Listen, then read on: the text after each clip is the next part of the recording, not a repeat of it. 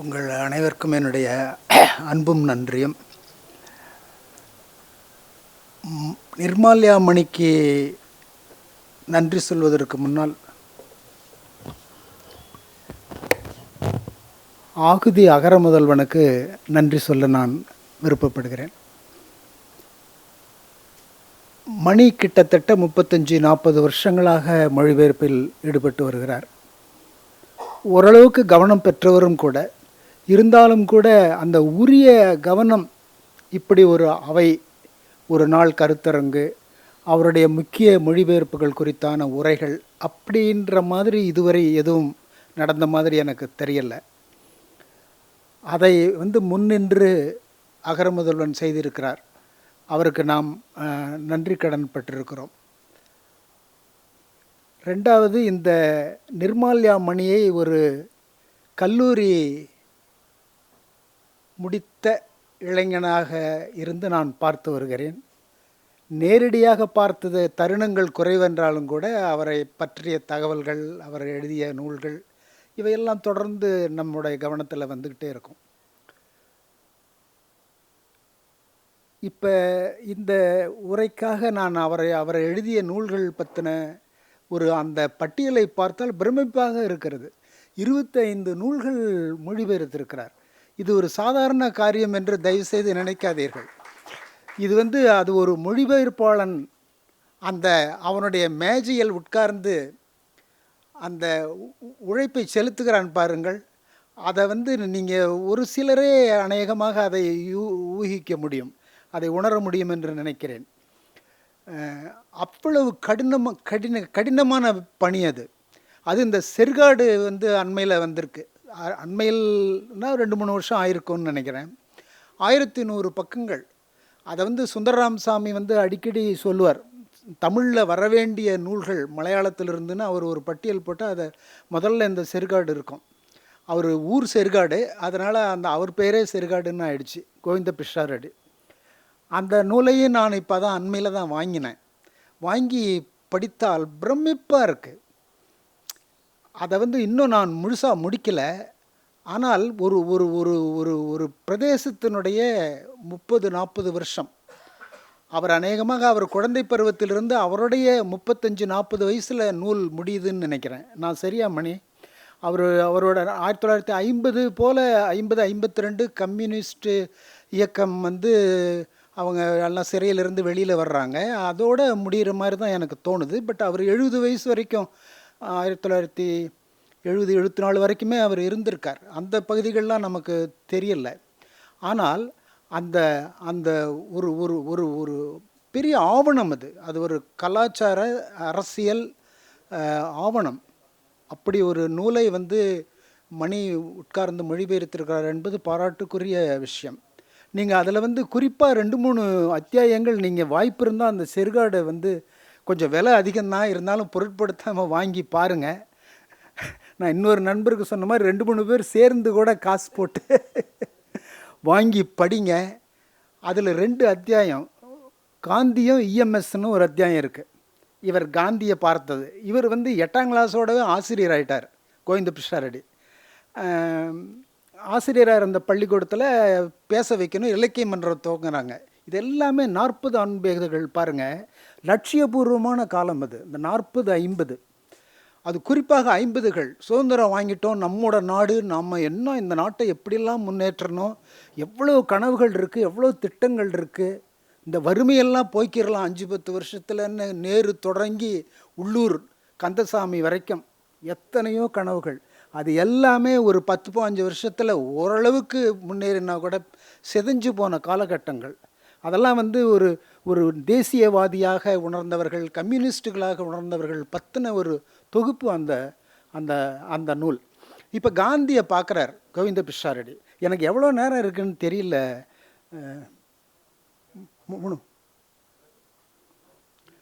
அகரமாக நான் எவ்வளோ நேரம் பேசலாம் இன்னும்? காந்தியை பார்க்குறார். காந்தி அவங்க ஊருக்கு வரார். பார்க்கும்போது சொல்லப்பட்ட மாதிரியான எந்த பிரமிப்போ ஒரு ஒரு இதுவோ எனக்கு தோணலை.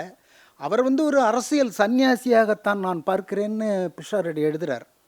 இதை எழுதுறதுக்கே ஒரு பெரிய துணிச்சல் வேணும். நீங்களும் நானும் எழுதிட முடியாது இந்த வரியை. ஆனால் அவரால் எழுத முடியும்னா அவர் அவ்வளோ காரியங்கள் பண்ணியிருக்கார். அடுத்து அவர் என்ன பண்ணியிருக்கார் காந்தி அந்த மீட்டிங்கில், அவர் கிடைச்ச சிறு பொருள்களை வந்து ஏலம் விடுவார் போல் இருக்கு வழக்கமாக நிதி சேர்த்துறதுக்கு. அப்போ அந்த ஒரு பொருள் எடுத்து ஒரு தரம் 2 தரம் 3 தரம் சொல்லுவாங்களா, அதை மலையாளத்தில் சொல்லியிருக்கார். அது முன்கூட்டியே தெரிஞ்சு வச்சுருக்கார் அந்த வார்த்தைகளை. இது சொல்லிவிட்டு அந்த உள்ளூர் மக்களோடு தொடர்பு கொள்ளுகிற ஒரு யுக்தி இது அப்படின்னு கொஞ்சம் பாராட்டாதான் சொல்கிறார். அப்படி காந்தியை பற்றி சொல்லிவிட்டு அடுத்து இஎம்எஸ்ஸை வந்து ஸ்கூலில் வந்து இலக்கிய மன்றம் தொடக்க விழா அதில் பேச வைக்கணும்னு இஎம்எஸ்ஸை கூப்பிட போகிறாரு. இஎம்எஸ் உங்களுக்கு எல்லாம் தெரிஞ்சிருக்கும், அவர் மிகப்பெரிய செல்வந்தர். அந்த அந்த செல்வத்தை தாண்டி ஒரு மிகச்சிறந்த மார்க்சிஸ்டாக கம்யூனிஸ்டாக ஆட்சியெல்லாம் இருந்தவர் இஎம்எஸ். அவர் பெரிய வீடு, அங்கே போய் இவர் முதல்ல அனுமதி வாங்கி பள்ளிக்கூடத்துக்கு வாங்க இலக்கிய மன்றம் தொடங்கி வைக்கணும்னு கூப்பிட்றாரு. அவர் சரி நான் வர்றேன்ப்பா என்னைக்கு அப்படின்னு கேட்டிருக்காரு. ஸ்கூலை தெரிஞ்சுக்கிறார். 2:30 மணிக்கு நான் டான்னு அந்த இடத்துக்கு வந்துடுவேன்றாரு. நாங்கள் யாராவது வந்து உங்களை அழைச்சிட்டு போகணும், அதெல்லாம் ஒன்றும் வேணாம், அந்த ரயில்வே கிராசிங்க்கு முன்னாடி இருக்க அந்த ஸ்கூல் தானேன்றார். அவர் ஊர் பக்கம் போல் இருக்கு. அவர் வந்துடுறார். 2:30 மணிக்கு வந்துட்டு முழுக்க முழுக்க இலக்கியம் தொடர்பாக மட்டுமே பேசிட்டு போயிருக்கார் இஎம்எஸ். அப்போ அவர் வந்து ஓரளவுக்கு கேரளா முழுக்க தெரிந்த ஒரு தலைவராக இருந்தும் கூட இலக்கியம் அப்படிங்கும்போது இலக்கியத்தை பற்றி பேசலாம் அப்படிங்கிற ஒரு மனப்பான்மையோடு அந்த சின்ன பிள்ளைகள் வேறு அவங்கக்கிட்ட பேசிட்டு போயிருக்கார். அந்த அந்த ஒரு அத்தியாயம் இருக்குது. இன்னொரு ஒரு மருத்துவமனை, இவருடைய உறவுக்காரர் ஒருத்தர் மருத்துவமனையில் அட்மிட் ஆகிட்டு இருக்காரு. அந்த மருத்துவமனை காட்சிகள் அதெல்லாம் நீங்கள் 40-50களில் நம்மளோட மருத்துவமனைகள் அந்த அந்த அந்த சுற்றி இருக்கிற அந்த நிலைமைகள் அதெல்லாம் படித்து பார்த்திங்கன்னா ரொம்ப கொடூரமாக இருக்குது. அந்த அந்த அவரை வந்து கோவிந்த பிஷாரடிக்கு அப்போ 20-25 வயசு தான் இருக்கும். அந்த உறவுக்காரரை வந்து ஒரு 10-15 நாள் பாதுகாக்க வேண்டியிருக்கு. அவருக்கு வந்து ஏதோ இது டயபெட்டிஸ்னால அவருடைய காலில் வந்து ஒரு அறுவை சிகிச்சை நடத்தி அவரை பாதுகாக்கிறார். அதனால் அந்த விவரிப்பெல்லாம் ரொம்ப பயங்கரமாக இருக்குது. அந்த அந்த அந்த 2-3 அத்தியாயங்கள் ரொம்ப குறிப்பாக உங்களோட கவனத்தை நான் அதில் ஈர்க்கிறேன். அடுத்ததாக இந்த இந்த பார்கவி பேசின இந்த நாவல், இந்த ஆலாகாவின் பெண்மக்கள். இந்த ஆலாகான்ற வார்த்தை என்னென்னா அல்லாஹ் ஆலாகா எல்லாமே ஒரே ரூட்டு தான். செமிட்டிக் மதங்கள் எல்லாத்துலேயுமே கடவுளுக்கு அந்த பேர், அதிலிருந்து தான் அல்லாஹ்லாம் வந்ததுன்றாங்க. கடவுளின் பெண்மக்கள், இந்த கடவுளின் பெண்மக்கள் படுற அவலம் இருக்குது பாருங்கள், மிக பயங்கரமாக இருக்குது. இது இந்த இந்த நாவலை வந்து ஆங்கிலத்தில் மொழிபெயர்த்திருக்காங்களா மணி? தெரியல. ஆங்கிலத்தில் மொழிபெயர்க்கப்படுறது அது ஆங்கிலம் ஒன்றும் ஒரு வசதியான மொழின்னு நான் சொல்ல வரல.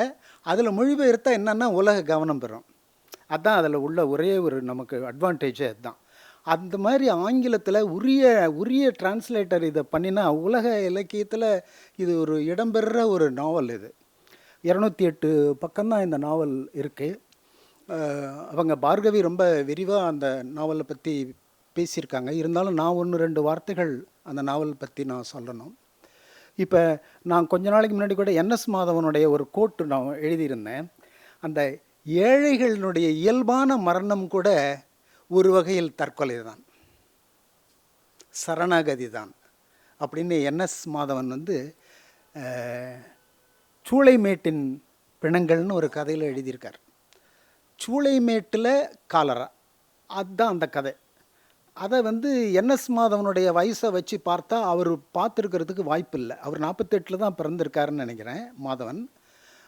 ஆனால் அந்த காலரா அதெல்லாம் 40-50களில் இருந்திருக்கலாம். பட் அவர் வந்து எப்படி இதை வந்து கேள்விப்பட்டோ நண்பர்கள் மூலம் தெரிஞ்சியோ, அதை நம்ம ஊருங்கிறதுனால நமக்கு தெரிஞ்ச பகுதின்றதுனால அதை நீங்கள் படிக்கலாம் அந்த கதையை. அதில் தான் இந்த வரி வருது. அந்த ஏழைகளின் மரணம்னு போட்டு இவர் இன்னாரிடம் சொல்லுகிறார், தற்கொலைகள் சரணாகதிகள், அதுதான் அந்த வாக்கியம் கதையில் இருக்கு. ஆனால் அதை நம்ம புரிஞ்சுக்கிறதுக்காக நான் இப்படி சொல்கிறேன். ஏழைகளின் மரணம் ஒரு வகையில், ஏழைகளின் இயல்பான மரணம், இயற்கையான மரணம் ஒரு வகையில் தற்கொலை தான்.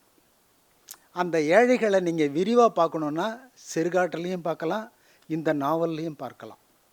ஒரு நகரமயமாக்கல் அந்த ஏழைகளை எத்தனை பாடுபடுத்துகிறது, அவர்கள் என்னென்ன துன்பங்களுக்கு ஆளாகிறாங்க, அதை ஒரு பெரிய சமூக வெளியாக பார்க்குற ஒரு பார்வை அதில் இருக்குது.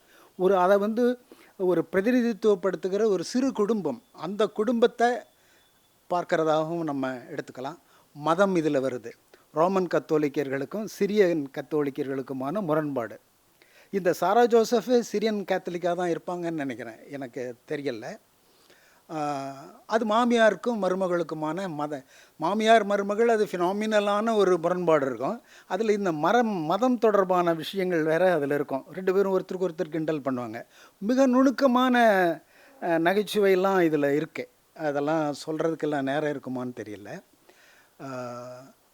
இந்த சீக்காளி இருக்கார், இந்த குஞ்சு பாப்பன் அவனே ஒரு குறியீடாக எனக்கு தோணுது. இந்த லட்சியவாதம் தோற்று போகுது பாருங்கள், அவநம்பிக்கையாக மாறுது பாருங்கள். அதற்கான குறியீடாக அந்த சீக்காளியை பார்க்கலாம் நம்ம. அந்த ஒரு கட்டத்தில் இவங்களுக்கெல்லாம் ஏழ்மைன்னா அவ்வளோன்னு கிடையாது, அப்படி ஒரு ஏழ்மைன்னு வச்சுக்கோங்களேன். கைராட்டை ஒன்று வச்சுருக்கார் அவர், அந்த குஞ்சு பாப்பன். அதை விறகரிக்கிறதுக்கு வெட்டுவாங்க. அந்த சத்தத்தை வச்சே குஞ்சு பாப்பன் படுக்கையிலே இருக்கிறாளே அந்த சத்தத்தை கேட்டே தயவுசெய்து ஐயோ வெட்டாதீங்கன்னு சொல்லுவார். அதெல்லாமே ஒரு குறியீடு தான். நம்ம எவ்வளவு கனவுகள், நான் முன்னமே சொன்ன மாதிரி எவ்வளோ கனவுகள் சதைஞ்சு போன 50கள் 60கள். இதில் நலந்தானா பாட்டு கூட இதில் வரும். அது பார்த்தேன் நான் 68 அந்த படம் வந்திருக்கு, தில்லானா மோகனாம்பாள். அதில் அந்த கோக்கஞ்சாராவலுடைய இதில் ஏதோ விழாவில் அந்த பாட்டு, தமிழ் பாட்டை போடுவாங்க. ஏன்னா தமிழ் பாட்டு ஏன் போடுறாங்கன்றதை அவங்க கூட முன்னாடி சொன்னாங்க. அந்த மலம் அள்ளுபவர்கள் தமிழ்நாட்டிலிருந்து தான் போயிருந்துருக்காங்க அந்த பகுதிக்கெல்லாம், திருச்சூரை ஒட்டி இருக்கிற பகுதிகளுக்கெல்லாம். அப்புறம் இந்த நகரம் கொஞ்சம் கொஞ்சமாக விரிவடைந்து அந்த ஊர்லேயே மொத்தம் 2 பேர் தான் சீட்டு பிடிப்பாங்க. அதில் இவங்கெல்லாம் சீட்டு போடுவாங்க. அந்த பாட்டி அம்மா இப்போ பொண்ணுக்கிட்ட ஆனிக்கிட்ட கொடுத்து அனுப்புவாங்க பணம். அப்போ ரொம்ப பத்திரமா அதை 8-10 மடிப்பு மடித்து வேறு கவரில் போட்டு கொண்டு போய் சேர்த்துவான் அந்த சீட்டு பிடிக்கிற அம்மாக்கிட்ட எல்லாம். அப்புறம் இந்த நகரமயமானவொடனே சீட்டு கம்பெனிகள் எண்ணிக்கை எவ்வளோ அதிகம் ஆகுதுன்றது ரொம்ப நுணுக்கமான நகைச்சுவை. திருச்சூரில் ஒவ்வொரு வீட்டுக்குமே ஒரு சீட்டு கம்பெனி இருக்குதுன்னு வரும், ஒரு வரி வரும். அப்புறம் அந்த ஏழைகளை நீங்கள் கவனிச்சிங்கன்னா உறக்க தான் பேசுவாங்க. நல்லா கவனித்து பாருங்கள், ஏழைகள் அதிகம் சண்டை போடுவாங்க. ஏழைகள் வசிக்கிற பகுதிகளை பார்த்திங்கன்னா அங்கே சண்டை சச்சரவு அன்றாடம் நடக்கும். காரணம் சாராயமும் ஒரு காரணமாக இருக்கும். இயல்பாகவே அவர்கள் சின்ன சின்ன விஷயங்களுக்கெல்லாம் முணுக்குன்னு உடனே கோபம் சண்டை போட்டு அடுத்த நாள் காலையில் ரொம்ப சகஜமாக 2 பேரும் பேசிக்கிட்டு இருப்பாங்க. அப்படியான ஒரு அந்த பகுதி சிறு ஒரு சபர்பன் ஏரியா, திருச்சூரினுடைய சபர்பன் ஏரியா அது கோக்கஞ்சார். அது உண்மையான பேரா மணி? சரி. அந்த கோக்கஞ்சாரா பகுதியில் நகரமாய்க்கு அந்த சீட்டு கம்பெனி விஷயம் அந்த மாதிரி ஒரு இது வரும். இப்படி தொடர்ந்து அந்த மதம் ஒன்று சமூக மாற்றம், நகரமயமாதல், மதம் தொடர்பான விஷயங்கள், மதம் தொடர்பான குறியீடுகள் தொடர்ந்து வரும். நீங்கள் இப்போ இந்த கடைசியாக என்ன நடக்கு, ஊழி பெருவெள்ளம், மனித குலம் எல்லாரையும் அழிச்சு நோவா ஒரே ஒரு நோவாயில் மட்டும் ஒவ்வொரு உயிரினத்திலிருந்து ஆண் பெண்ணை வச்சு கொண்டு போய் காப்பாற்றி தான் நாமெல்லாம் அதனுடைய சந்ததிகள்னு கிறித்தவம் சொல்லுது. இப்போ அந்த ஊழி பெருவெள்ளத்தில் இந்த குடும்பமே அழியுது. குடும்பத்தினுடைய அவரைப்பந்தல்லிருந்து நகரமயமாதல்லிருந்து ஊழி பெருவெள்ளத்தில் எல்லாம் அப்படியே மழை பெய்ந்து அந்த குடும்பம் அந்த அந்த பகுதி எல்லாமே அழிஞ்சு போகுது. இந்த இந்த பொண்ணு இருக்காளே, இந்த ஆனி, அந்த ஆனி என்ன பண்ணுறா, ஒரு கடைசி வாக்கியம் அதுதான். அவள் ஏதோ சக்தி எல்லாவற்றையும் கூட்டி இருமுகிறாள், சளியில் ரத்தம்னு வரும். சித்தப்பாவுடைய டியூபர்குலோசிஸ் இவளுக்கு வந்தாச்சு. அவளுக்கு என்ன வயசு, 10-12 வயசு இருக்கலாம் அந்த நேரத்தில். அந்த ஆனிங்கிற பாத்திரம் மிக மிக பிரம்மாண்டமான ஒரு பாத்திரம். அவள் அவள் வழியாக இந்த நாவல் பல இடங்களில் சொல்லப்படும். அவள் வந்து அவள் மொழியை கற்றுக்கிற விஷயம் இருக்குது பாருங்கள். பெரியவங்க ஒரு ஒரு கருத்தாக ஒரு விஷயத்தை சொல்லிவிடுவாங்க. பொண்ணு பார்க்குறதுக்கு இவங்க வீட்டில் இருக்கிற பொண்ணு பார்க்குறதுக்கு ஒரு ரிக்ஷாக்காரர் வருவார்னு நினைக்கிறேன். ரிக்ஷாக்காரர் தான். அவன் வந்து ரிக்ஷா இழுத்து கிடைக்கிற பணத்தை வீட்டில் ஒழுங்காக கொடுத்துருவான். பொம்பளை சகவாசம்லாம் கிடையாது அப்படின்னு. பொம்பளை சகவாசம்னா என்ன இவளுக்கு தோணும், ஆனிக்கு தோணும். சிறுமி அவள் எல்லாமே ஃப்ரெஷ்ஷாக பார்க்குறா, உலகத்தையும் மொழியை எல்லாத்தையும். அப்படி ஒரு மொழி வார்த்தை நம்ம கேட்டதில்லையே, அப்படின்னா என்ன அர்த்தம் அப்படின்னு இருக்கும். அதை அதோடு விட்டுருவார். சாரா ஜோசப் அதை விளக்கறதில்ல. பிறகு ஒரு கட்டத்தில் நேசம்ன்ற வார்த்தை வரும். அந்தந்த கம்பவுண்ட் இருக்கும், இவங்க வீட்டு பொண்ணுக்குமான ஒரு நேசம். அது வந்து எக்ஸ்ட்ரா மேரிட்டல் அப்படியான ஒரு விஷயம். ஆனால் அது வந்து இவளுக்கு வந்து நேசம்னா பள்ளிக்கூடத்துலேயும் சரி வேறு இடத்துலையும் சரி அன்பு, எல்லாரையும் நேசிக்கணும்னு சொல்கிறாங்க. இந்த நேசம் மட்டும் எப்படி தப்பாகும் அப்படின்னு ஆனி யோசிப்பாள். இப்படி ஆனி ஒரு 8-10 வயசு சிறுமி, அங்கே பார்த்தா ஒரு பெரிய பாட்டி 70-80 வயசில் உலகத்தை பூரா கரைச்சி குடித்தா பாட்டி. நிற்கிற இடத்தில் நின்னால் மலை உச்சியை தொட முடியும்பா. சர்வசாதாரணமாக தத்துவங்களை உதிர்க்கிறார். நம்ம மாதிரி படிச்சுட்டு சொல்கிற தத்துவங்கள் கிடையாது. பூரா வாழ்ந்து பெற்ற அனுபவத்தில் அப்படியே வார்த்தைகள் அந்த பாட்டிக்கிட்டு இருந்து வரும். அந்த மாதிரி பாட்டிகளை நம்ம ஊரில் நிறைய பார்த்துருக்கலாம். அது இந்த கொஞ்சம் நகரத்தில் வசிக்கிறவங்களுக்கு அதெல்லாம் பெரிய இழப்பு. கிராமத்தில் வசிச்சிருக்கணும். கிராமத்தில் வசிச்சிருந்தால் தான் அந்த பாட்டிகள் வந்து எவ்வளோ பெரிய அறிவாளிகள், ஆதிக்கவாதிகள்.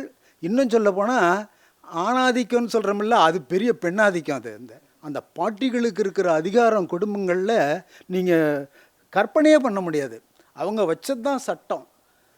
ஒரு எனக்கு சொந்தக்கார பாட்டி ஒருத்தர், அவருடைய மகன் 60-65 வயசு இருக்கும். அவரை அரைஞ்சதையே நான் பார்த்துருக்கேன். அவர் ஆனால் அதை ரொம்ப பவ்யமாக அதை வாங்கிட்டார். எந்த எதிர்ப்புமோ முரணோ புகார் ஒன்றுமே கிடையாது, அப்படியே வாங்கிக்கிட்டார். அவர் வந்து ஒரு பெரிய தமிழ் அறிஞர், நிறைய படித்தவர். பிஎஸ் ராமையாவை நண்பராக கொண்டவர். நீங்கள் இதெல்லாம் கற்பனை பண்ண முடியுதா? அந்த பாட்டி அவ்வளோ பெரிய ஆதிக்கவாதி. அப்படி ஒரு ஆதிக்கவாதி இந்த பாட்டி. அவ்வளவு சொல்லித்தர்றாங்க, அந்த குடும்பத்தை நடத்துகிறாங்க. விடிகாலம் 4 மணிக்கு அந்த அரிசியை வாங்க போகிறாங்க. அரிசி வந்து கள்ளச்சந்தையில் விற்கப்படுது அரிசி. அதை போய் அது இருக்கிறதே 4 அணாவோ 5 அணாவோ தான் கொடுத்து அதை வாங்கி அதை மடியில் கட்டி, வழியில் வந்து இந்த அரிசி அதுக்கு ஒரு வார்த்தை இருக்குது. அந்த அரிசி என்னது, அரிசி கடத்தலை பார்க்குற அந்த ஆள்களுக்கு ஏதோ ஒரு வார்த்தை மறந்துட்டேன் மணி. அரிசி ஏதோ அவங்க வந்து பிடிச்சிடுறாங்க. அரிசி போலீஸ்னு வச்சுக்கலாம் இப்போதைக்கு. அரிசி போலீஸ் வந்து பிடிச்சிருது. என்ன ஏதுன்னாக்கா, நாங்கள் எங்கள் மகள் வீட்டுக்கு போயிட்டு வரோம் அப்படி இப்படின்னு இந்த பாட்டி ஏதோ சமாளித்து, இந்நேரத்தில் எங்கே போகிறீங்க, இதெல்லாம் நம்புகிற மாதிரி இல்லையே அப்படி இப்படின்னு அந்த ஆள்கள் சொல்கிறாங்க. அவங்க வந்து ரெவென்யூ ஆள்கள்னு வச்சுக்கோங்களேன். அவங்கெல்லாம் சொல்லுவாங்க. அப்போ இந்த பொண்ணு ரொம்ப அவமானமாக உணர்றா. பசிக்காக அந்த மோசமான அரிசி, இது வரைக்கும் சாப்பிட்ட அரிசியில் வந்து பலருக்கு நோய் வந்துருச்சு, வயிற்றுப்போக்கு ஏற்படுது. அப்படிலாம் அப்படி ஒவ்வொன்றா கிளை விரிஞ்சிக்கிட்டே போகும். அதை இதோட விட்டுறலாம், நிறுத்திடலாம். ரொம்ப அற்புதமான நூல்கள் எல்லாம் வந்து மணி பண்ணி நமக்கு கொடுத்துருக்கார். அது ஒன்றி இந்த மலையாளம் வந்து நமக்கு வந்து பார்த்திங்கன்னா நல்லா தமிழ் தெரிஞ்சு ஓரளவுக்கு சமஸ்கிருதம் தெரிஞ்சால் மலையாளத்தில் ஒரு பாதி புரிஞ்சிக்கலாம், 50% புரிஞ்சிடும். ஏன்னா இது ரெண்டும் சேர்ந்த கலப்பு தான் மலையாளம். அதனாலவே நமக்கு வந்து ஒரு நெருங்கின தன்மை இருக்கும். தெலுங்கு கன்னடத்தை விடவும் கூட கூடுதலான தமிழ் வார்த்தைகள் மலையாளத்தில் இருக்கும்னு நினைக்கிறேன். இது நான் சும்மா என்னோட நானாக யூகிக்கிறதான், தப்பாக கூட இருக்கலாம். அதனால் நம்ம படிக்க இது மலையாளத்தில் எப்படி இருந்திருக்கும் அப்படின்னு. இப்போ இந்த சத்தம் போடுறாங்கல்ல இந்த ஏழை மக்கள், பொதுவாக சத்தம் போட்டு பேசுகிறாங்களா, இவங்க போய் திருச்சூரில் இருக்கிற சீட்டு கம்பெனியில் சேரப்போனால் அமைதியாக இருக்கும், சத்தம் போடாதீர்கள் அப்படின்னு போர்டே எழுதி வச்சிடுறாங்க. ஏன்னா இவங்க எப்போவுமே சத்தம் போட்டு பேசுகிற ஆட்கள். அச்சா, அப்போ ஒரு வரி வருது, சாரா எழுதுகிறாங்க, கோக்கஞ்சாராவின் இலக்கணமே திறந்து விடப்பட்ட கூச்சல் தான் அப்படின்னு ஒரு வரி வரும். இதை மலையாளத்தில் எப்படி இருந்திருக்கும் அப்படின்னு நான் யோசித்தேன். அது அப்புறம் மணிகிட்ட தான் தனியாக கேட்கணும். திறந்து விடப்பட்ட கூச்சல். ஏன்னா அந்த திறந்து விடப்பட்ட கூச்சல் தான் இவங்களுடைய இயல்பே. அதை நீ பண்ணாதன்னு சொல்கிறாங்க. அங்கே திருச்சூருக்கு போனால், அங்கே போனால் ஒவ்வொரு வீடும் ஒரு சீட்டு கம்பெனியாக இருக்கிறது. அதனால் நீங்கள் வந்து 40-50களினுடைய இந்திய குடும்பம், அந்த விளிம்பு நிலை மனிதர்களுடைய வாழ்க்கை, இதெல்லாம் படிக்கணுன்னாக்க ஒரு பக்கம் செர்காடு, ஒரு பக்கம் இந்த ஆலாகாவின் பெண்மக்கள், அருமையான மொழிபெயர்ப்புகளை தந்த மணிக்கம், இதை ஏற்பாடு செய்த அகர முதல்வனுக்கும் என்னுடைய மனமார்ந்த நன்றி. ஆனால் அவர் இந்த கல்வித்துறையில் இருந்த பழக்கமாக என்னென்னு தெரியல, ரொம்ப பொறுப்புணர்வாக நிர்மாலயாவை தொடர்பு கொண்டு அந்த புத்தகத்தை எனக்கு அனுப்பி வைன்னு, நிர்மாலயா வந்து தன்னிட்ட இருந்த ஒரே ஒரு பிரதியை வந்து இவருக்கு அனுப்பி இவர் படிச்சுட்டு வந்து இவ்வளோ நேரம் உரையாற்றியிருக்காரு. இதெல்லாம் இந்த தலைமுறையில் நம்ம உங்கள்ட்ட கற்றுக்கொள்ள வேண்டிய பொறுப்புகளில் ஒன்றா இருக்குது அப்படின்னு நினைக்கிறேன். நான் வந்து எழுத வந்த தொடக்கத்தில் ஆர் சிவகுமார் வந்து மொழிபெயர்த்த கதைகளை அகில நெத்ராஜ் வந்து அப்போ எனக்கு ரொம்ப என்னுடைய கதைகளை படிச்சுட்டு அவருடைய வீட்டுக்கு கூட்டிகிட்டு போய் என்னெல்லாம் வச்சு ரொம்ப நேரம் பேசியிருக்காரு. இவங்க எல்லாருமே ஒரே காலகட்டத்தை சேர்ந்தவங்க, அகில நெத்ராஜ், ஆர் சிவகுமார் மாதிரியான ஆளுமைகள் எல்லாருமே. இப்போ வந்து ஆர் சிவகுமாருடைய மொழிபெயர்ப்பில் வந்த சிறுகதைகள் வந்து தமிழில் ஒரு புத்தகமாக ஆக்கப்பட்டிருக்கு. அது வந்து பாதரசம் பதிப்பகம் போட்டிருக்கிற ஒரு புத்தகம். சிவகுமாரோடைய மொழிபெயர்ப்பை வந்து படிச்சுட்டு நம்ம வந்து ஒரு நம்மளுடைய மொழியில் ஒரு கதை படிச்சிருக்கிறோம் அப்படின்னு நினைக்கிற அளவுக்கு மொழிபெயர்க்கக்கூடிய ஒருவர். கிட்டத்தட்ட ஒரே காலகட்டத்தை சேர்ந்த ஆளுமைகளாக, மொழிபெயர்ப்பு ஆளுமைகளாக இருக்கக்கூடியவர்கள்லாம் இந்த நிகழ்ச்சிக்கு தலைமை தாங்குகிறாங்க. அந்த வகையில் ஆர் சிவகுமார் அவர்களுக்கு நன்றி. இத்துடன் இந்த அமர்வு நிறைவு பெறுகிறது. நன்றி.